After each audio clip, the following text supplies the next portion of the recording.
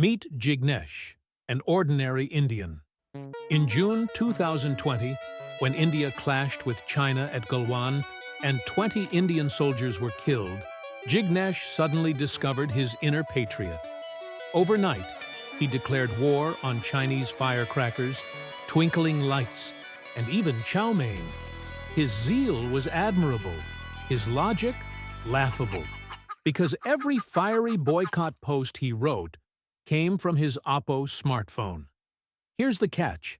Chinese smartphone companies don't just nibble at India's market, they feast on it. By 2024, brands like Vivo, Oppo, Xiaomi, and Realme together captured nearly 72% of India's smartphone shipments. So when Jignesh thought he was hurting China by boycotting a few crackers, the real money was still flowing straight into Chinese pockets, courtesy of the glowing rectangle in his hands. Back then, America was the beloved big brother, Jignesh's safety net against the dragon.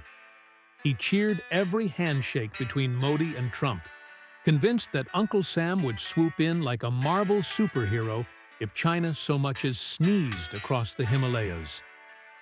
For Jignesh and his WhatsApp circle, America wasn't just a partner. It was the nuclear umbrella, the economic shield, and even the moral compass. Fast forward to 2025. Thanks to India's diplomatic daydreaming, that big brother turned grumpy and slapped 50% tariffs on Indian goods.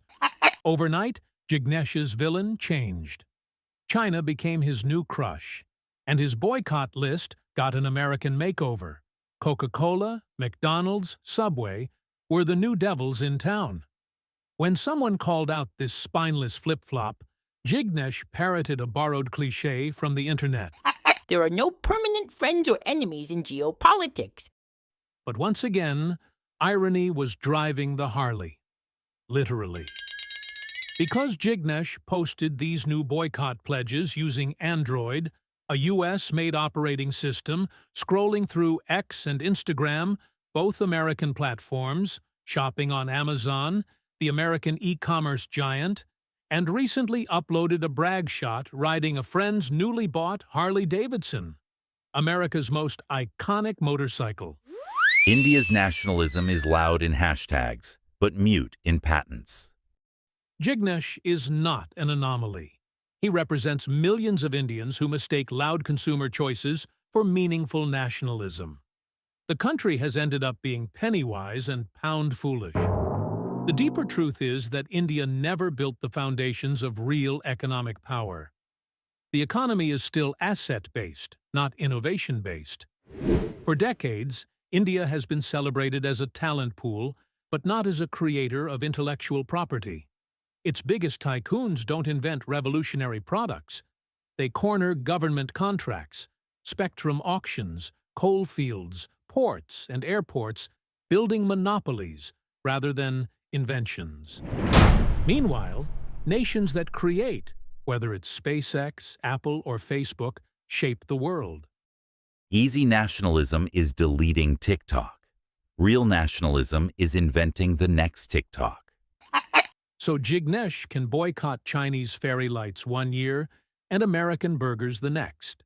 But until India builds products, technologies, and ideas that the world cannot live without, this brand of nationalism will remain what it has always been: easy, loud, and hollow.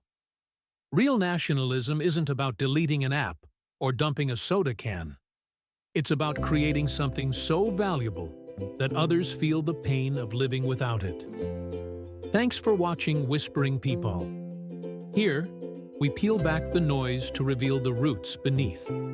If you value deeper insights into history, politics, and society, subscribe now and share the journey. Because ideas grow stronger under the peepaw.